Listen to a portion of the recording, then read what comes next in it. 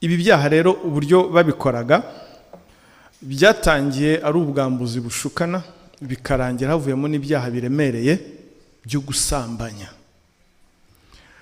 Uriya Sebahizi Jean Chrysostome w'imyaka 27 yajyaga muri gare ya Nyabugogo akahirirwa ashakisha abana b'abakobwa cyangwa se abakobwa bageze mu myaka iri hejuru ya 20, ariko we ntiyanatoranyaga ko ntiyabazaga imyaka, we ubwe avuga ngo yarebaga ashingiye ku muntu gusa nkaho adasobanukiwe. Ubwo yahitaga amusa nk'umuca imbere agafata telefone yivugisha akamubwira ati, ubwo yivugisha we kuri telefone, tubwo koko wankoze ibiki, urabona utantengushye, urabona boss ndi mubwira iki, ariko ni gute ushobora kwitesha akazi keza nk'aka ngaka k'amafaranga meza ahemba gutya. Ubwo yacaga imbere y'uwashaka gushuka, uwashaka gushuka rero akagira ngo nawe ari kuvugana n'umuntu koko, umuntu kumbe ni imitwe. Wowe rwose urampemukiye, niriwe ngutegereje guhera mu gitondo muri gare nk'uko twahanye gahunda, none burinze bwira utaje, ubu ndabwira boss ngo iki koko. Agahita kupa, ubwo agahita yegera wa wundi akamubaza ati, se ariko ubwo nta muntu wandangira ushaka akazi k'umuntu nari ntegereje hano ntengushye, nta muntu ushaka akazi? Undi nawe akavuga ati, se ubundi ubwo wakampaye yewe. Yahita akavuga ati, aka kanya watangira akazi. Hariho abantu rero koko burya bahita bavuga ngo nagatangira, aho bahuriye muri gare niba yaragiye mu hanga agahita ahindukira. Byaba bidakunze bagahana gahunda ko bazahahurira umunsi ukurikiye cyangwa itariki bumvikanyeho. Uwo rero babaga bumvikanye kugenda, ubwo ngubwo bahitaga batega imodoka yerekeza i Rwamagana. Iyo muri bariya basore uriya wa mbere navuze Chrysostome Sebahizi, iyo yabonaga bisa nkaho amasaha atarira, yashoboraga kuba yamujyana muri resitora kugira ngo agumye mu bikemo icyizere bagasangira, kugira ngo ategereze kubuza kwira. Iyo bwamaraga kwira bahitaga bujya kwira, kuko aho bageraga bagombaga kuhagera bwije, bagatega taxi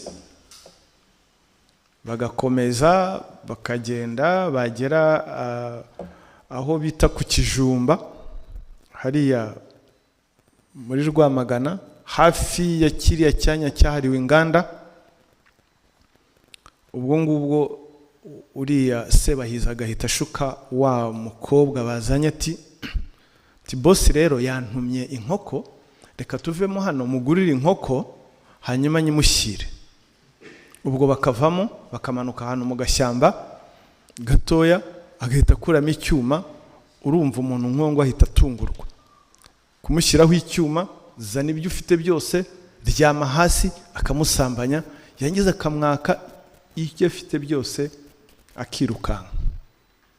Akamuga ati, ngaho irukanka. Undi nawe agahita yirukanka, kandi ntabwo yamwoherezaga inzira isubira ku muhanda, yamwerekaga inzira nyine itoroma mu cyaro.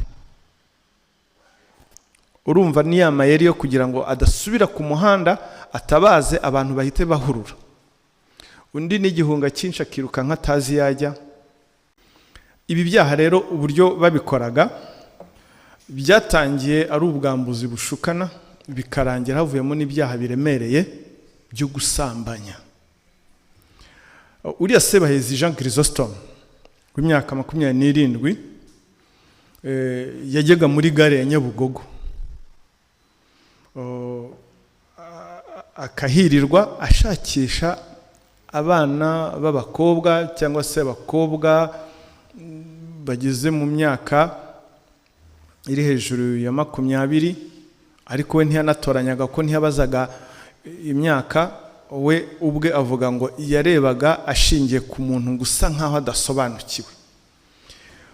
Ubwo yahitaga amusa nk'umuca imbere agafata telefone yivugisha akamubwira ati, ubwo yivugisha we kuri telefone, tubwo koko wankoze ibiki, urabona utantengushye, urabona boss ndi bumubwira iki, ariko ni gute ushobora kwitesha akazi keza nk'aka ngaka k'amafaranga meza ahemba gutya. ubwo yacaga imbere y'uwo ashaka gushuka, uwo ashaka gushuka rero akagira ngo nawe ari kuvugana n'umuntu koko, umuntu kumbe ni imitwe. Uwo rwose urampemukiye, niriwe ngutegereze guhera mu gitondo muri gare nk'uko twahanye gahunda, none burinze bwira utaje, ubu ndabwira boss ngo iki koko. Agahita kupa, ubwo agahita yegera wa wundi akamubaza ati se ariko ubwo nta muntu wandangira ushaka akazi k'umuntu nari ntegereje hano ntengushye, nta muntu ushaka akazi. Undi nawe akavuga ati se ubundi ubwo wakampaye yewe, yahita akavuga ati aka kanya watangira akazi. Hariho abantu rero koko burya bahita bavuga ngo nagatangira, aho bahuriye muri gare niba yaragiye mu hanga agahita ahindukira. Byaba bidakunze bagahana gahunda ko bazahahurira umunsi ukurikiye cyangwa itariki bumvikanyeho. Uwo rero babaga bumvikanye kugenda, ubwo ngubwo bahitaga batega imodoka yerekeza i Rwamagana. Iyo muri bariya basore uriya wa mbere navuze Chrysostome Sebahizi, iyo yabonaga bisa nkaho amasaha atarira, yashoboraga kuba yamujyana muri resitora kugira ngo agumye mu bikemo icyizere, bagasangira kugira ngo ategereze kubuza kwira. Iyo bwamaraga kwira bahitaga bujya kwira, kuko aho bageraga bagombaga kuhagera bwije, bagatega taxi bagakomeza bakagenda, bagera aho bita ku Kijumba hariya muri Rwamagana, hafi ya kiriya cyanya cyahariwe inganda. Ubwo ngubwo uriya Sebahizi agahita ashuka wa mukobwa bazanye ati boss rero yantumye inkoko, reka tuvemo hano mugurire inkoko hanyuma nyimushyire.